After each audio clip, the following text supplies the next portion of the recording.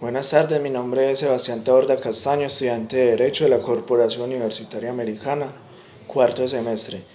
Este es un video para el área de criminología, donde voy a explicar dos autos de la Corte Constitucional. Soy del grupo D4TC. Auto 121 de 2018 de la Corte Constitucional. En este auto, la Corte Constitucional lo que hace es analizar y reorientar la estrategia de seguimiento al estado de cosa inconstitucional en materia penitenciaria y carcelaria, de acuerdo a las sentencias T388 de 2013 y sentencia T762 de 2015. Se declara o se conoce el estado de cosa inconstitucional cuando es evidente la falta de garantías fundamentales o constitucionales de parte de la inoperancia de una o varias entidades pertenecientes al Estado, que vulneran a una gran cantidad de personas, en este caso a la población privada de la libertad en establecimientos carcelarios. No siempre que se declara estado de cosa inconstitucional se le atribuye un seguimiento por parte de la Corte Constitucional. Este seguimiento lo pueden ejercer los jueces de tutela, que son los de primera instancia, aunque la Corte tiene su estrategia para velar por el cumplimiento de sus órdenes, que de alguna u otra manera lo único que buscan es superar ese estado de cosa inconstitucional. Los temas que deben de observar las entidades correspondientes son los de resocialización, atención a la salud, alimentación, una alimentación digna, servicios públicos como son el agua, alcantarillado, energía, gas, una infraestructura adecuada que no ponga en riesgo la vida de nadie por colapso y por último que puedan acceder a la administración de justicia. En la sentencia T762 de 2015 se dispuso de varias etapas o estrategias en las que se miden los grados de satisfacción de la población carcelaria y así poder determinar cuándo se supera el estado de cosa inconstitucional. Se entenderá como superado cuando se vea satisfacción en sus derechos entre un 71% y un 86% de los presos de todo el territorio nacional. Cabe resaltar que se debe entender en el auto que el cumplimiento se da cuando hay incidentes de desacato de las órdenes impartidas por la Corte o no se están llevando a cabo, y el seguimiento es para valorar el avance de las garantías de derecho o bien lo que ha decidido la Corte Constitucional.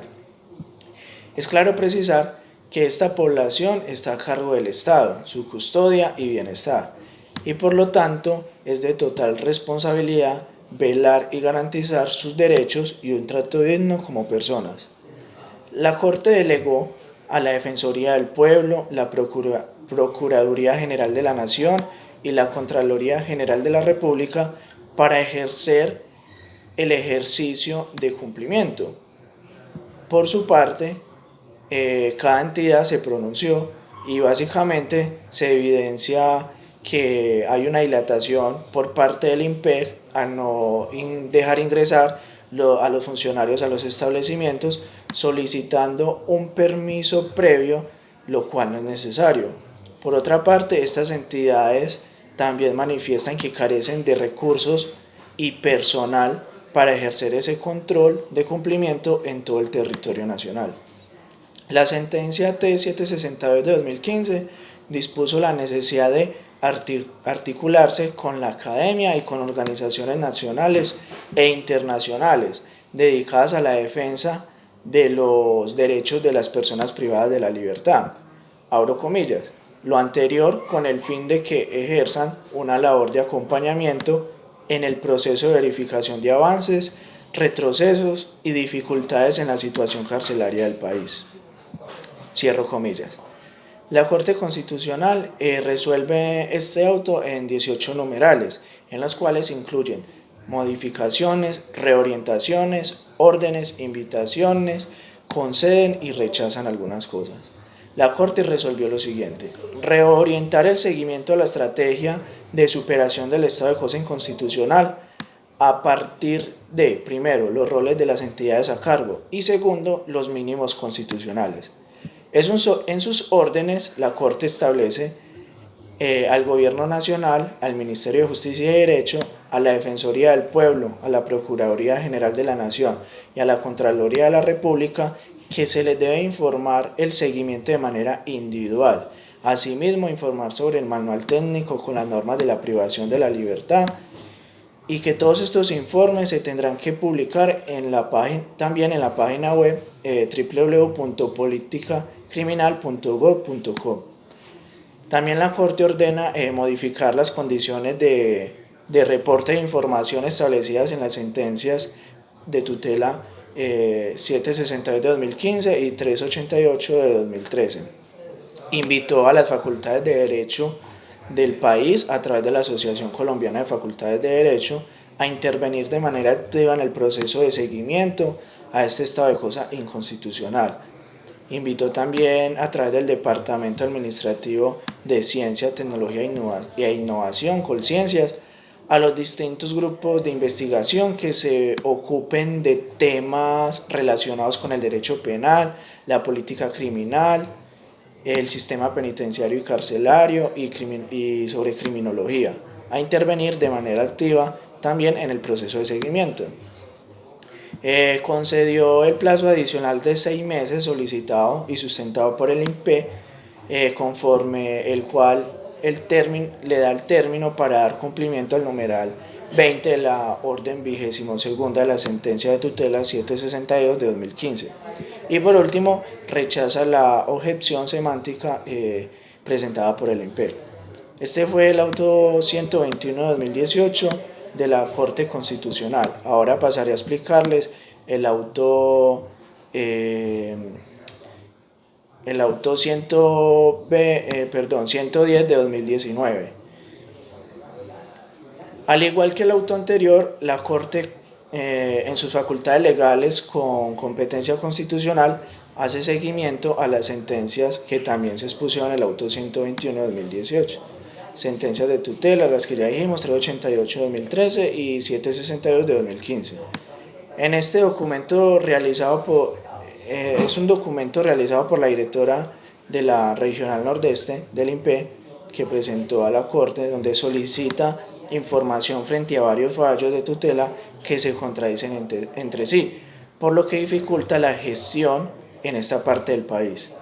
En este auto se encuentra en discusión la regla del equilibrio decreciente, donde la Defensoría del Pueblo no está de acuerdo con lo dicho por el Ministerio de Justicia, ya que según la Defensoría, lo que hizo el Ministerio de Justicia es interpretar como un sistema de excarcelación. Se debe entender por regla de equilibrio decreciente en que solo podrán autorizar el ingreso de personas a los establecimientos penitenciarios y carcelarios las autoridades competentes. Se supone que esta regla ayudaría a mejorar el sistema carcelario del país, sobre todo en el ámbito de hacinamiento, aunque disminuyó muy poco. Algunas entidades lo único que hacen es manifestar que eso se dio a un traslado de algunos internos a otros establecimientos. El Ministerio informó que se encuentra en funcionamiento 135 establecimientos carcelarios y penitenciarios con una capacidad de 80.175 cupos, los cuales cuentan con una población de 119.612 personas, es decir, se excede en un 39.437 personas la capacidad instituida por el sistema penitenciario, lo cual equivale a un poco más del 49% de hacinamiento. A esta situación hay que sumarle la falta de eficacia por parte de la Administración de Justicia en un 31% de la población carcelaria, que falta por definir su condición judicial. Cabe resaltar que estos índices de hacinamiento no solo son en las cárceles, sino que también se ha reflejado en las URIs de todo el país y en las estaciones de policía. Es decir, que su capacidad está sobrepoblada por casi 40.000 personas de más. Como metodología para realizar el juicio de proporcionalidad se da para el juez de constitucionalidad y así aplicar la regla de equilibrio decreciente. Si esta metodología no funciona, se deberá buscar otras herramientas que permitan garantizar y proteger los derechos de todos los afectados. Es de precisar que esta aplicación a la regla de equilibrio decreciente atribuye a la articulación de varias entidades del Estado y no le corresponde a una sola. Por último, es el Estado a quien le corresponde diseñar un sistema para establecer las condiciones de cada establecimiento penal. También determinar qué centros les corresponden al INPEC e intervenir de manera pronta y eficaz todos los establecimientos carcelarios del país. Por su parte, la Corte Constitucional resuelve ordenar al Ministerio de Justicia y al INPEC y a la Unidad de Servicios Penitenciarios y Carcelarios que envíen a la Corte y publiquen en la página web www.politicacriminal.gov.co un sistema de priorización que les permita garantizar los derechos fundamentales de la población privada de la libertad en los centros de reclusión que se encuentran en situación más gravosa que el resto de los establecimientos del país. También les ordena que deben de incluir un cronograma con actividades que llevarán a la satisfacción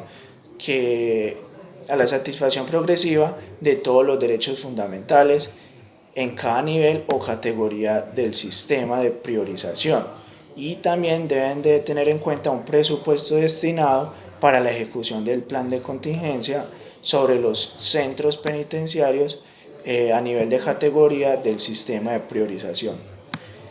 Exhortar a todos los jueces de la República para que, de conformidad con la metodología definida para la aplicación de la regla de equilibrio decreciente a través del juicio de proporcionalidad y en ejercicio de la sana crítica y de la autonomía e independencia judicial, al momento de resolver las acciones de tutela que soliciten la protección de los derechos fundamentales de las personas privadas de la libertad.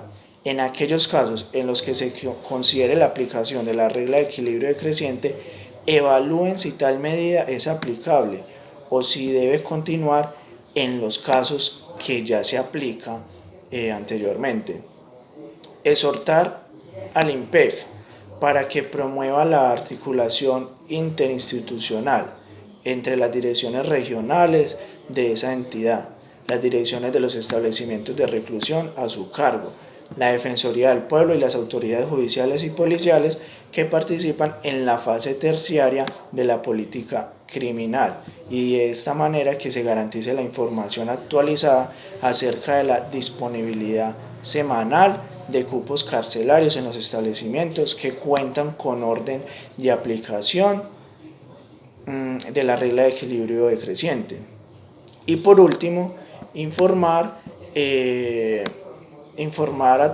a la Corte Constitucional, a las entidades que se ofician en aras de agilizar la remisión de la solicitud adicional al envío por correspondencia física, que deben de hacer llegar la documentación al correo seguimientocarceles@corteconstitucional.gov.co. En ambos autos se refleja el problema carcelario a nivel nacional y en diversos temas. Se puede decir que el hacinamiento es la principal causa, lo que provoca la vulneración de muchos otros derechos. Se puede dar por entendido que toda esta población es vulnerable y que solo aquellos de la mafia o que tienen dinero pueden adquirir no solo sus necesidades básicas, sino también lujos dentro de los establecimientos penitenciarios. Es que la corrupción en este país se da en todos los ámbitos. Ahora, por motivos del COVID-19, el gobierno nacional ha mirado la posibilidad de conceder detención domiciliaria a miles de personas que se encuentran en los centros carcelarios, con el fin de evitar la propagación en las cárceles. Pero esto ha dejado muchas inquietudes en toda la población, ya que se considera que es muy poco probable que todos asuman esa responsabilidad de permanencia en casa, y el gobierno no tiene la capacidad suficiente de vigilar y ejercer control a todos los que se benefician de esta medida, lo que incrementaría la delincuencia, pero a su vez disminuiría las problemáticas que se viven dentro de los establecimientos penitenciarios.